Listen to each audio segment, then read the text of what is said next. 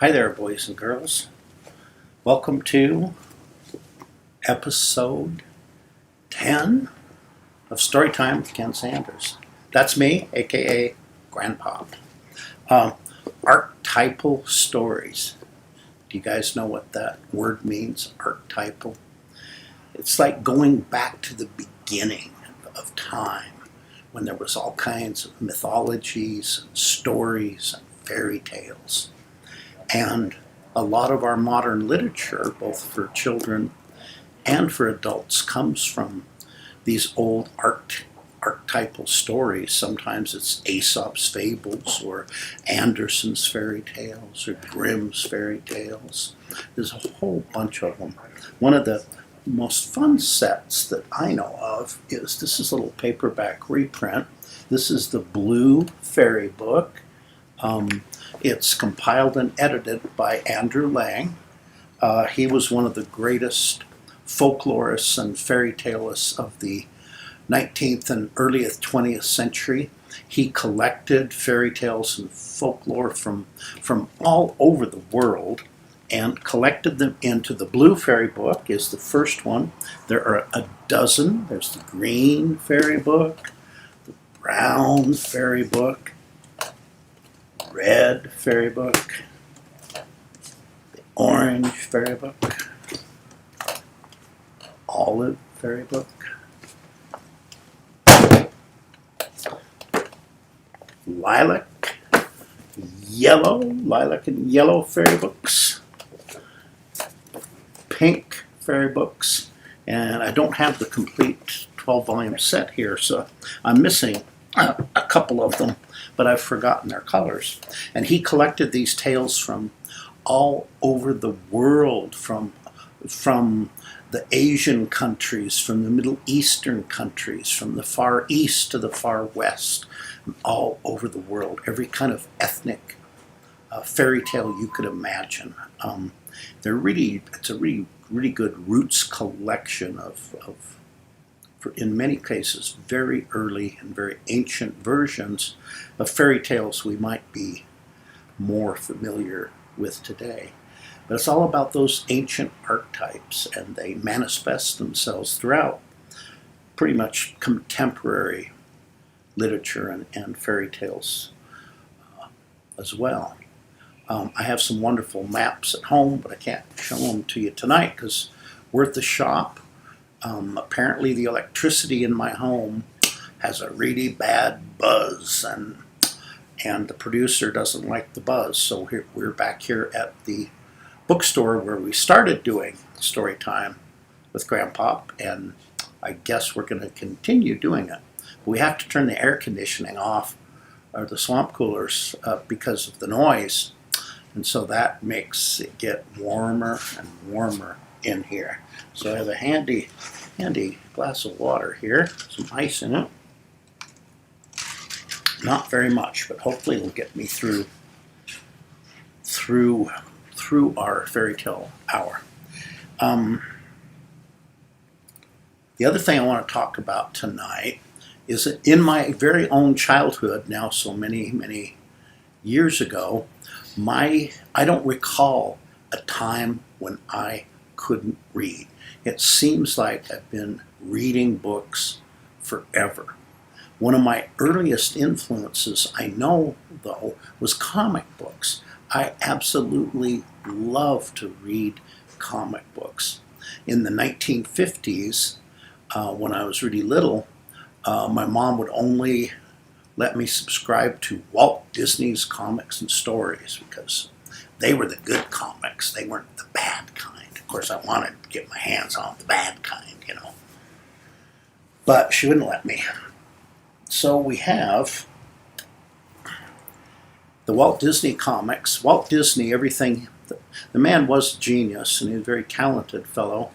And, he created Mickey Mouse and Donald Duck and opened the Disneyland theme park in Anaheim, California in 1955 when I was about 4 years old. I never went then, of course. Didn't make it till the 60s. But he wasn't very good about sharing credit, so his name is the only name that ever appears on anything that has come out of the gigantic Disney empire. And that meant people like Floyd Gottfriedson, who, although Walt Disney did create Mickey Mouse, Floyd Gottfriedson was the man who really illustrated Mickey Mouse and drew all the cartoons and the stories and wrote the stories about it. He did a lot more work on Mickey than even Walt did. And the same's true of Donald Duck and the whole Duck family. My favorite Duck was always Uncle Scrooge. They were the best stories ever. And Carl Barks himself, the great storyteller and master cartoonist, he wrote and illustrated all of the wonderful, wonderful Uncle Scrooge stories. You know, Uncle Scrooge was I think a fantasticillionaire. I think that's like way more than $1 million or $1 billion. And what I loved about the Uncle Scrooge stories is his love for money wasn't about the money itself. It was just about, he liked about acquiring it and filling his money bin full of it. And he just liked to swim around in and take baths in and do all kinds of crazy, crazy things. But boy, when Uncle Scrooge wrote and illustrated the Duck stories, here he is watering his money tree as if, yeah, there we go. Just really the land beneath the ground with the Terrys and the Fermies, and his stories were just so much fun. There's the money mistletoe. These are some of the old covers of the Uncle Scrooge stories from the 1940s. Here he's making some $sign cookies, if you can see that cover. Anyhow, I just ate all the Disney comic books up, and I really, really, really loved Uncle Scrooge. The comic books were, I mean, they were the graphic novels of their days, that's for sure. And some really great storytelling and artwork. Ooh, this one's pretty heavy to pick up here. This is one of the earliest before comic books that really came into being in the 1930s. There were comic strips that used to, funny papers, the Sunday funnies that used to appear in our newspaper. Back in the long ago time, the comic book sections in the Sunday newspapers were bigger than an entire newspaper is today. And they were all printed in color. You got Prince Valiant and Flash Gordon and Buck Rogers and Mary Worth and Little Annie, Little Orphan Annie and Dick Tracy and Beetle Bailey and all the rest. The first animated cartoon was by Winsor McKay, and it was called Gertie the Dinosaur. And he went on a few years later to create Little Nemo in Slumberland.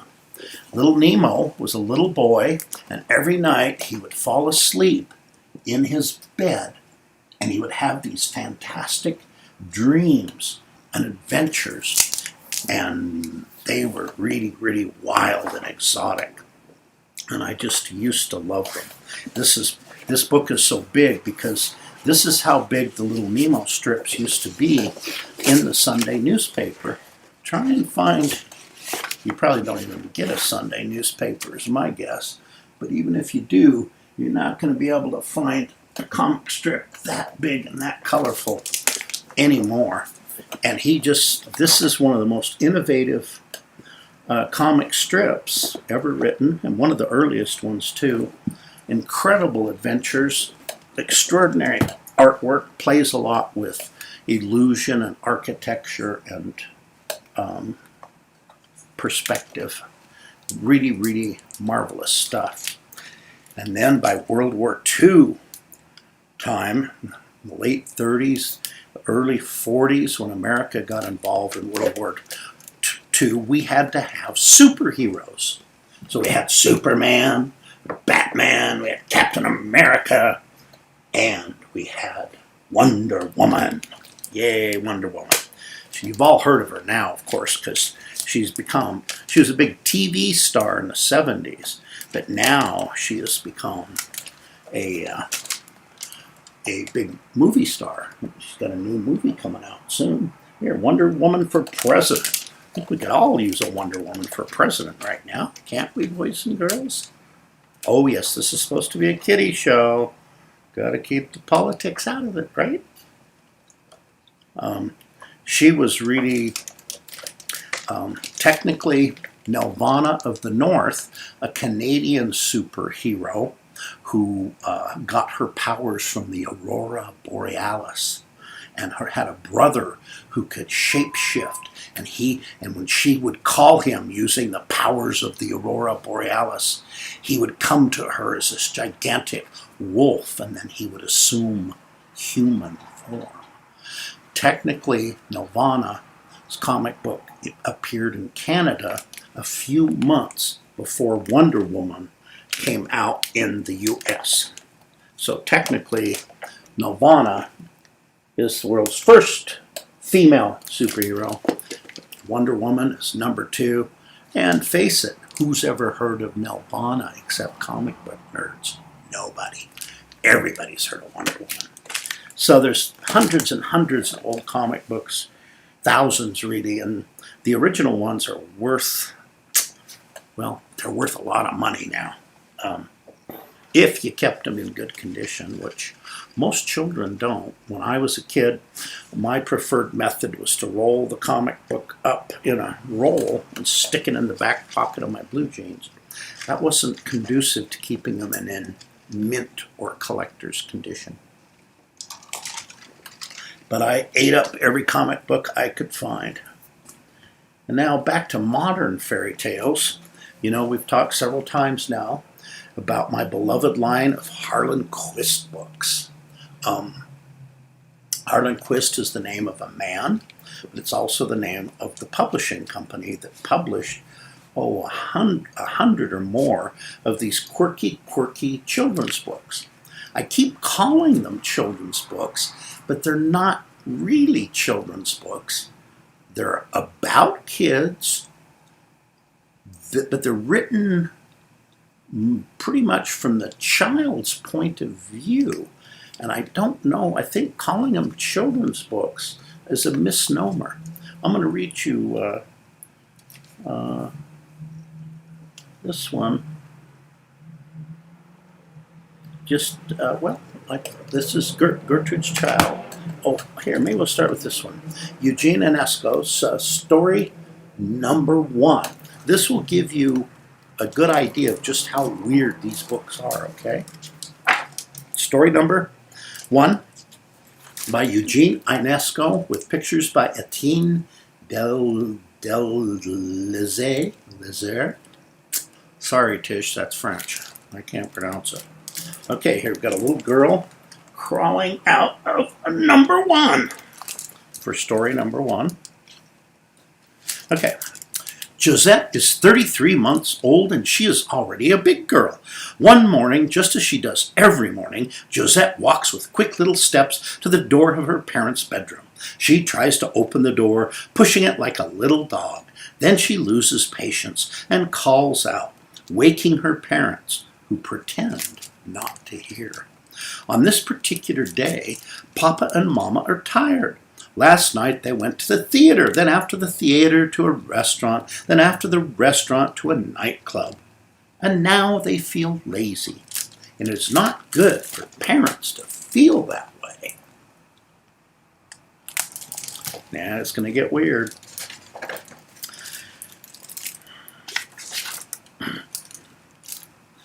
The maid loses her patience too. She opens the door of the bedroom and says, "Good morning, madame. Good morning, sir. Here's your morning newspaper. Here are the postcards you have received. Here's your coffee with cream and sugar. Here's your fruit juice. Here are your rolls. Here's your toast. Here's your butter. Here's your orange marmalade. Here's your strawberry jam. Here are your fried eggs. Here is your ham. And here is your daughter."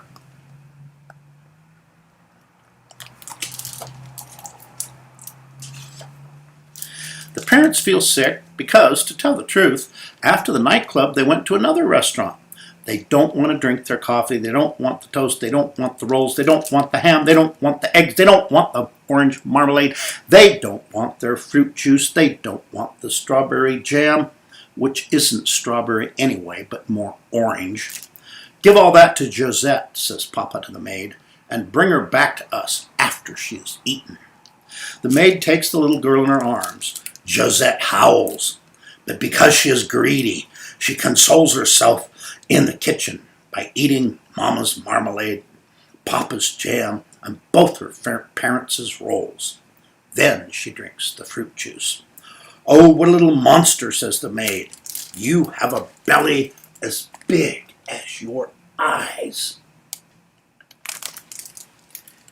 To help the little girl, so that she will not be sick, the maid drinks the coffee and eats the eggs and the ham, and also some rice with milk, which had been left from the night before.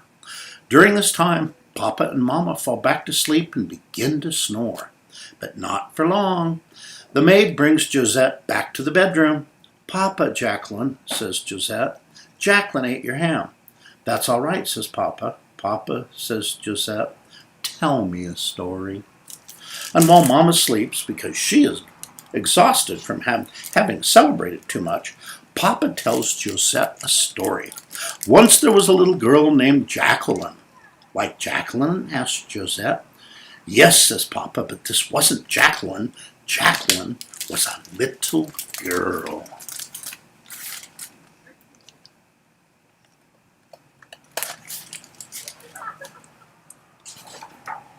She had a mama who was named Mrs. Jacqueline. Her papa was named Mr. Jacqueline. The little Jacqueline had two sisters who were both named Jacqueline, and two boy cousins who were named Jacqueline, and two girl cousins who were named Jacqueline, and an aunt and an uncle who were named Jacqueline. Told you it was going to get weird. The uncle and the aunt named Jacqueline had some friends named Mr. and Mrs. Jacqueline, who had a little girl named Jacqueline and a little boy named Jacqueline. The little girl had 3 dolls named Jacqueline, Jacqueline, and Jacqueline. The little boy had a friend named Jacqueline and some wooden horses named Jacqueline and some toy soldiers named Jacqueline.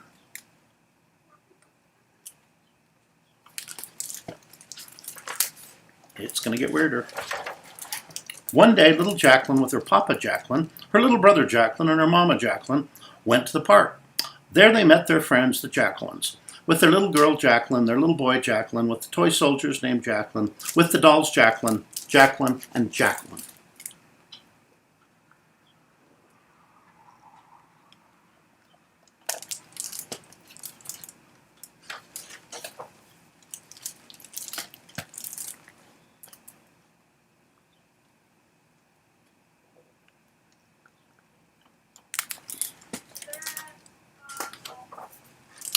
As Papa is telling the story to Josette, the maid comes in. You are going to drive the child crazy, sir, she says. Jacqueline, are you going shopping? Says Josette to the maid.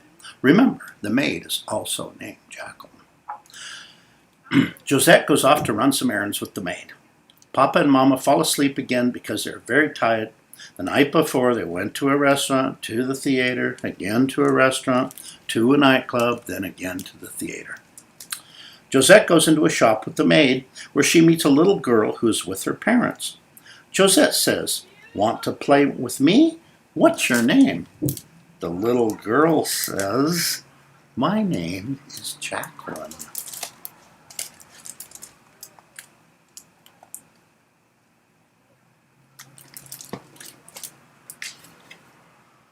I know, says Josette. Your papa is named Jacqueline, your mama is named Jacqueline, your little brother is named Jacqueline, your doll is named Jacqueline, your grandpapa is named Jacqueline, your wooden horse is named Jacqueline, your house is named Jacqueline, your little chamber pot is named Jacqueline.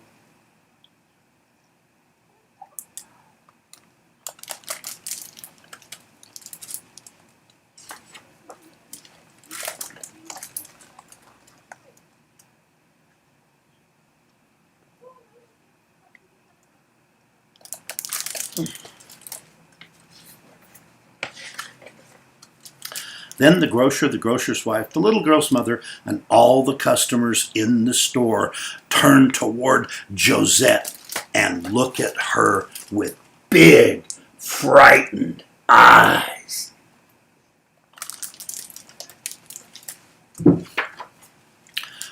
It's nothing, the maid says calmly. Don't be upset. These are just the silly stories her papa tells her.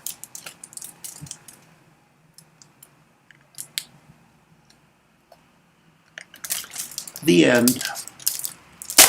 So, I warned you, it's a weird one, huh? But all the Harlequin books, they're weird, but weird. They're almost disturbing, almost menacing, maybe. What do you think? They're odd, right? Can we agree on odd? They're off center. They're not your normal sort of children's story, but they're interesting, and I quite enjoy them. And I think I've mentioned this before. I have a collection of more than 100 Harlan Quist books. I'm warming up in here tonight. Okay. Did we mention weird children's books? I think we did. Oh! The Rat-Faced Caporians, Ike, Flynn, Lyra, I can see you two. My favorite rat-faced Caporians in the world are out here. I see them hiding back by the couch there. Howdy, guys.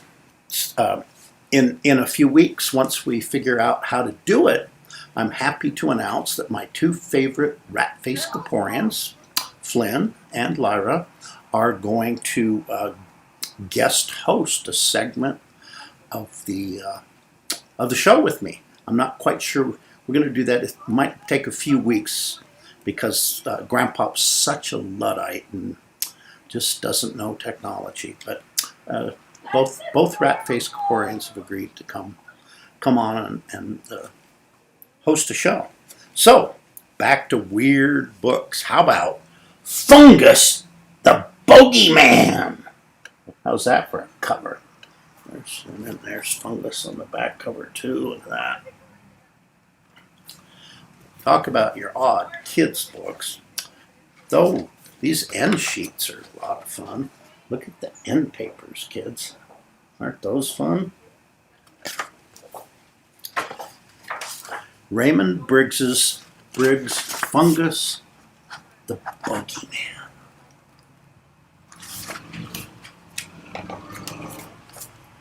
This is a very, very odd book, too. We're not going to take the time to read it, but I want to show you some of the pictures. Here's Fungus having breakfast in his house with his mom.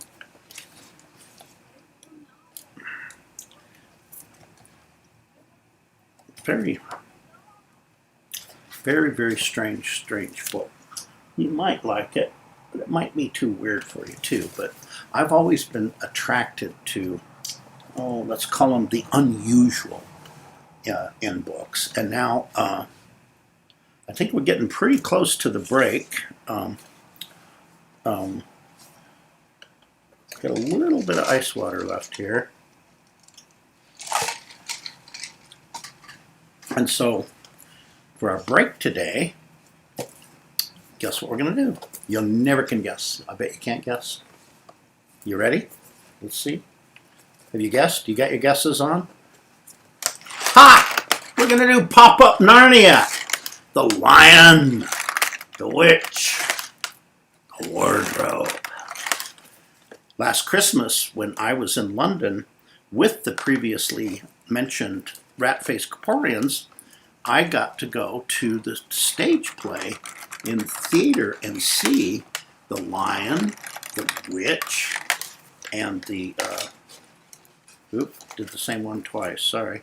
That's what I get for talking and doing pop-up books at the same time. I got to see the play of this live on the theatrical stage in London with the mother of the two rat-faced Caporians, Flynn and Lyra, and the rat-faced Caporians themselves. Right, Flynn? Right, Lyra? It was really good, too. I think we all really enjoyed it. And these are pop-ups by Robert Sabuda. You know, pop-up books or movable books or mechanical books or action books or whatever the heck you want to call them, they've been with us for a very long time. 200-300 years. And literally there's thousands and thousands of them. But in the modern era, say from the 1970s to now, past 50 years, say, nobody makes better pop-up books than Robert Sabuda. He is a master.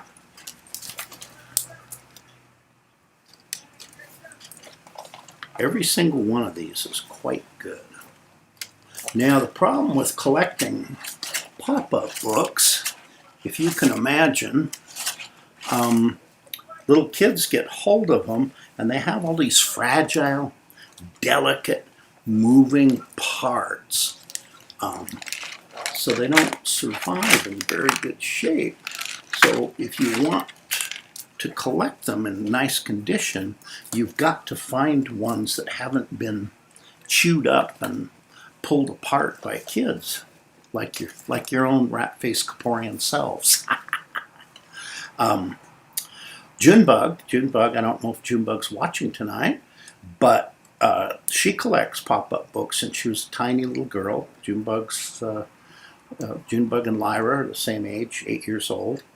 And I think her collection stays in really good condition, but it's because her parental units, Mommy and Daddy, supervise her when she plays with them. I'm not sure she's allowed to play with them by herself or not yet, but she's getting to be a pretty big girl now, so maybe she's allowed to. Here's one that, sadly, you probably can't see, the whole edge here is flapping and coming off, and it's sad. Okay, all right. Warning alert for young children. This is the pop-up book of nightmares. Nightmares. So close your eyes. Close your eyes. Ooh, this could be scary. It's really hard to show these to you because then I have to look on the screen to see them. So this is the first pop-up.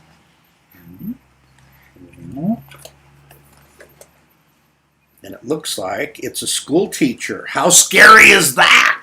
Oh, just kidding. We love our school teachers. Most of them. Did you ever have a bad teacher when you were a kid? Oh, wait, you guys are still kids. Well, cheer up. You'll have a bad one sooner or later. You're not going to like them all. Just kidding. Okay. Oh, yeah. Oh, these are nightmares. This one's called Car Accident. Oh, why did I pick this book? This one could be, this could get me drummed out of the show. I don't know.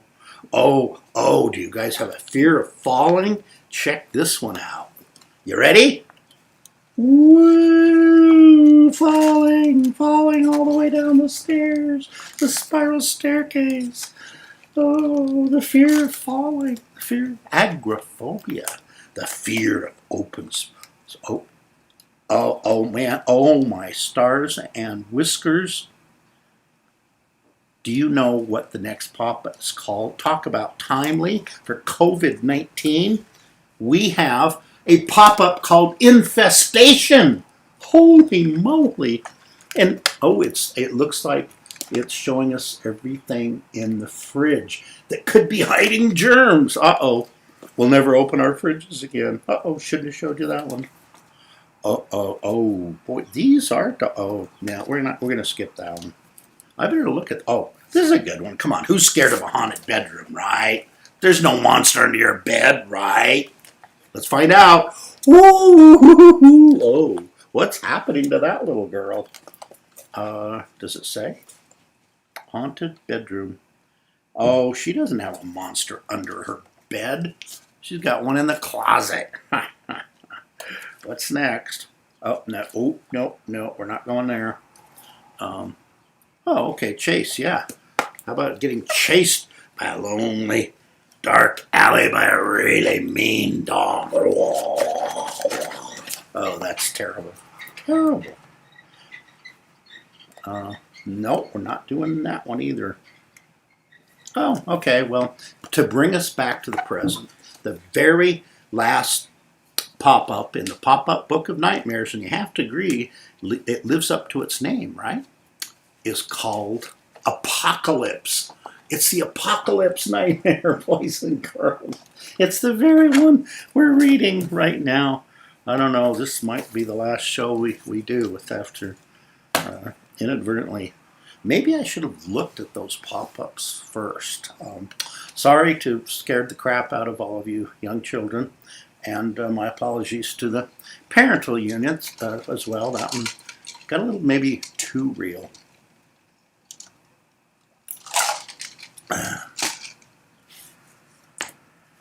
You don't have to watch, you know. Okay, we're going to go back to fairy tales. Sleeping Beauty. Everybody heard of that one? So there's something called the Golden Age of Illustration. It started in the 1860s. You know, that's like a very long time ago. More than 100 years, less than 200 years, about 240 years ago.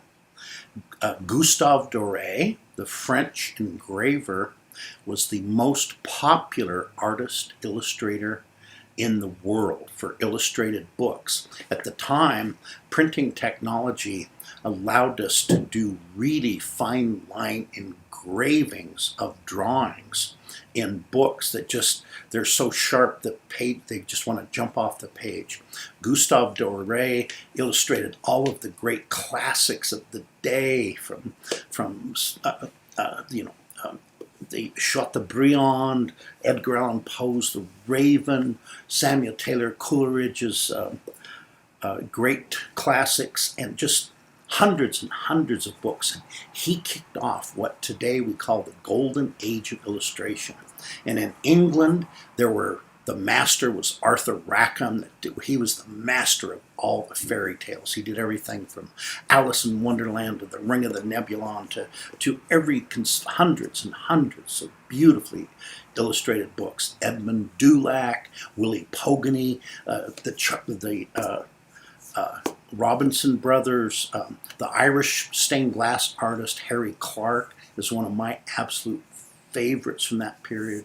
The Danish artist Kai Nielsen, who did East of the Sun, West of the Moon. These were done in big, lavish, illustrated editions with stone lithographic colored plates that were hand-tipped in on each page. And there's hundreds and hundreds of them. And this publisher named Calla, C-A-L-L-A, is doing modern facsimile reprints of all of these 100-year-old beautiful classics in illustration. Some of the American artists in that golden age of illustration as a counterpart to the British and the European artists would be names like Maxfield Parrish and Howard Pyle and Jesse Wilcox Smith and N.C. Newell Connors, Wyeth, Frank Schoonover, Thornton Oakley, and a host of others. And what I love about the originals can cost from hundreds of dollars to thousands to tens of thousands of dollars each. But here, you can't feel the heft of this book, obviously. This is Sinbad the Sailor and Other Stories from the Arabian Nights. And it's illustrated by Edmund Dulac. And you can't feel the heft of this book. You hear that? That thumps pretty, nothing hollow sounding. It's printed on really heavy coated paper with beautiful decorative ornamental borders around the letters. It's really, really heavy. It's got sewn, this means nothing to you, but it's got Smythe sewn signatures holding the pages in tight. They're actually sewn with threads so they won't come out after you read it over and over again. And it has these beautiful, beautiful illustrations. I don't know how well they'll come across. And they reading them and looking at the pictures, the pictures are like little time machines that take you back into time. and they're so beautifully made. So there's probably about 40 or 50 of these out, and all the illustrators I've mentioned, they've been reproducing and reprinting these, and it's really a nice new way to start a tradition of collecting beautifully written and beautifully illustrated books that in the original editions would be unaffordable. Here's an Arthur Rackham, his Sleeping Beauty. It's one of two books. He did Cinderella and Sleeping Beauty in a silhouette style. And it's not the same as the full color paintings, but it really has a charm all of its own.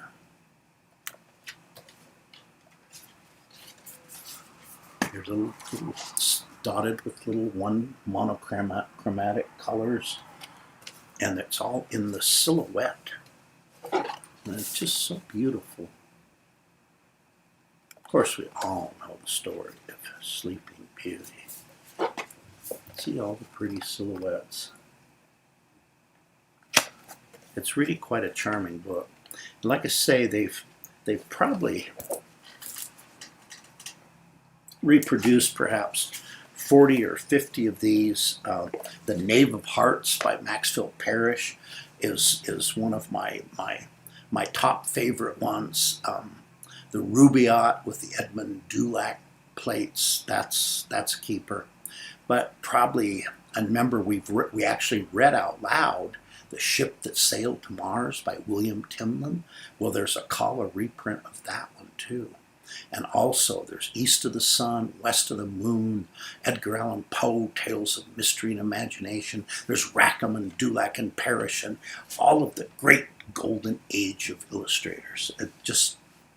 It's a really great way to collect the old classics and brand new modern, well-made and well-produced books printed on good paper with sturdy bindings. And pretty pictures don't hurt.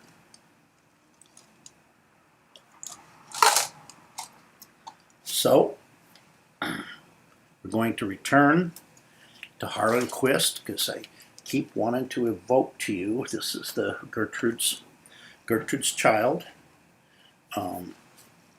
It's a Harlan Quist book, and we're going to read this one and really truly give you an idea of just how offbeat these little books are. They're often with very, very funny shapes. This one's Gertrude's Child. Gertrude was a wooden doll. One night she got mad at the little girl she belonged to for acting mean to her. "I won't belong to you anymore," said Gertrude. "I don't want to belong to anyone, only myself." So Gertrude ran away. She ran right away, right along the highway out into the world on her own, and the night was dark. Gertrude was glad she was made of wood and not easily hurt, for her hard little wooden feet went clippity, clickety, clop on the hard road without any shoes, yet didn't get sore. She was painted with oil paint too, so the rain ran right off her. Also, wooden dolls don't need any dinner. At dolls' parties, they eat what you give them, of course, and enjoy it. But between parties, wooden dolls need eat nothing at all. Gertrude almost felt sorry for the little girl she had run away from, for being made of that soft stuff all children are made of, which scratches and bruises so easily and gets sick. But no, for Gertrude was wooden and hard right through, and she couldn't be sorry for someone who acted mean to her. "I hope she falls down and bleeds," said Gertrude to herself. "That's what she deserves." Then daylight came, and the sun came out and dried Gertrude and made the paint on her hard wooden shoulders smell good. She began to sing, quite loud, though her voice was woody. But all that day, Gertrude met no one at all on the road and began to feel lonely. She thought it might be nice after all to have a friend. Not a soft one, of course, but a regular hard one like herself. So Gertrude made up a story in her head about another wooden doll and pretended this other wooden doll was walking beside her and talking to her. But it wasn't, of course. She was quite alone.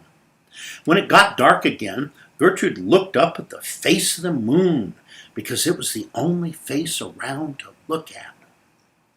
"You're not much company, Moon," said Gertrude, "but that's all right, because I don't really want company." This wasn't quite true, though she wished it was. But she had not walked very much farther when she came up behind an old man carrying a load on his back. The old man took her hand and walked along together hand in hand for a while. But he didn't say anything to her, not a word. Very old men never do know what to say to dolls, Gertrude told herself. But at last the old man stopped outside a shack, and then he did speak to her. "Would you like a little girl of your own?" he asked Gertrude. "No," said Gertrude. "I don't want to belong to any little girl again, ever." "You don't understand," said the old man. "You wouldn't belong to her. She would belong to you." "I don't see how," said Gertrude. "Come around to my store in the morning and I'll explain," said the old man. "You see, I sell little girls in my store, and little boys too, if you prefer." "Who in heck wants to buy children?" asked Gertrude, astonished. "I'll tell you tomorrow," said the old man. "Good night for now." He went into his shack and he shut the door. Curiouser and curiouser.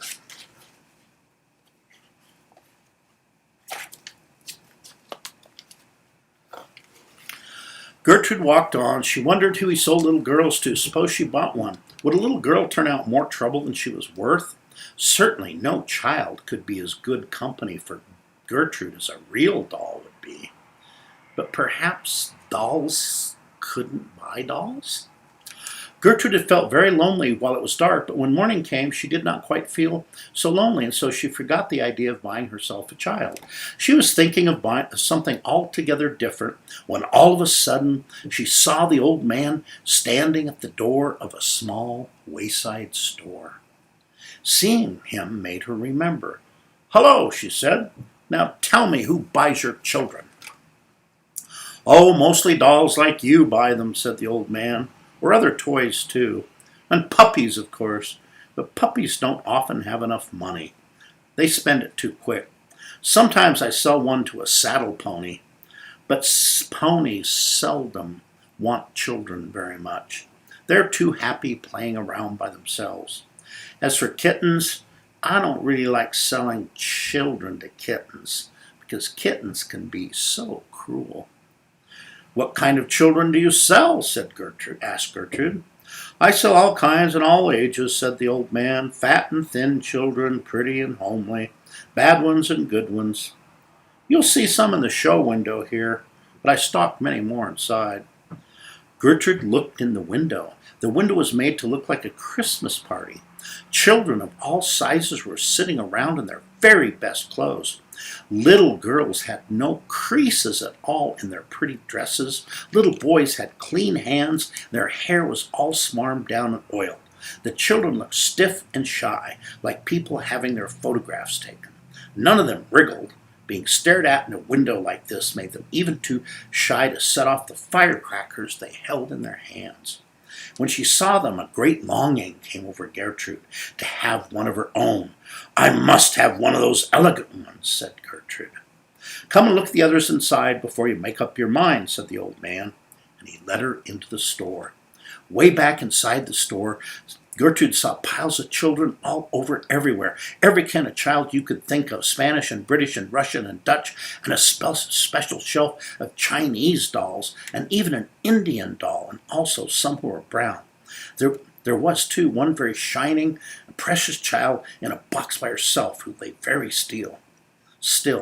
"That's a most beautiful one," Gertrude whispered. "Yes, but she wouldn't be any good to you," said the old man very sadly. "She doesn't move at all now. Her eyes won't open anymore." Still, there were plenty of children to choose from. Okay, here is the children's store that sells children.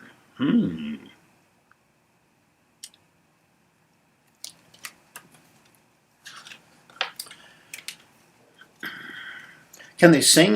Gertrude asked. Of course they can sing, said the old man. He waved his hand, and the children stopped munching their crackers and sang Gertrude's favorite song. Now that you've seen them all, you'd better choose one, said the old man. May I feel them first? Asked Gertrude, because she couldn't believe that they were real. Yes, if your hands are clean, said the old man. Okay, now you've poked them enough. Hurry up and choose before you made them all spill their milk. Gertrude liked nearly all of them, but there's one little girl she was sure she would be best to have her for her very own. This little girl was about 6 years old and a bit thin. She had curly yellow hair and a pretty pink dress, short white socks, and a happy look in her eye. If she's bad, thought Gertrude, I'll smack her and smack her and smack her. That's the only way of making them good, thought Gertrude, since that was how she had been treated.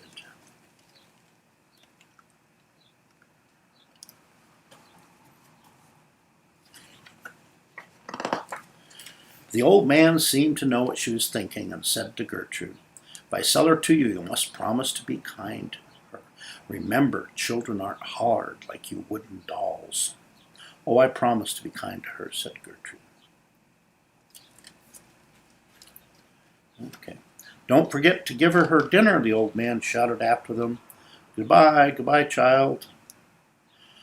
Gertrude was delighted with her child. At first, all she wanted to do was to walk up and down the street, leading her child by the hand.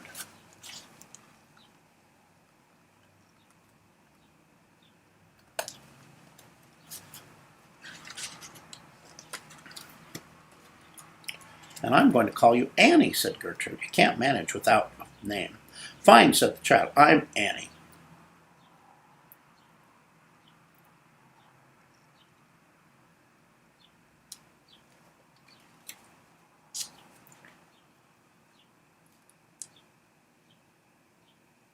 But at last Gertrude tired of snowballing the birds. Come on in. Don't sit there dawdling around, she said to Annie. Come into the house. Is it dinner time yet? Asked Annie, her teeth chattering. Feels like it must be. It was very cold outside. Dinner, said Gertrude. Yes, later on. But first I have to cut your hair. So Gertrude took a pair of scissors and began cutting Annie's lovely hair. But she soon found she had cut too much off one side, which meant she had to cut more off the other side. So it went on till Annie's head had hardly any hair left. Is it dinner time now? Asked Annie when her hair was all gone. No, it's bedtime, you bad child.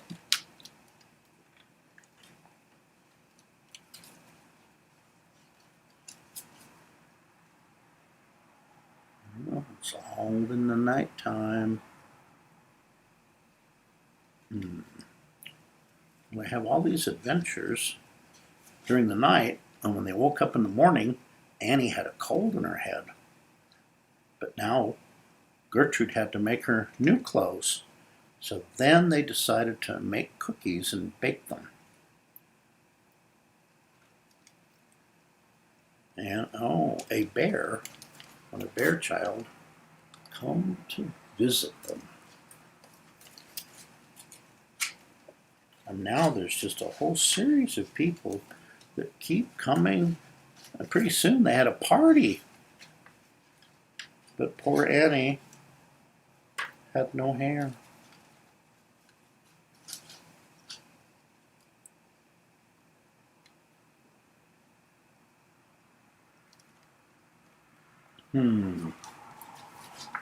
Well, this story gets very complicated.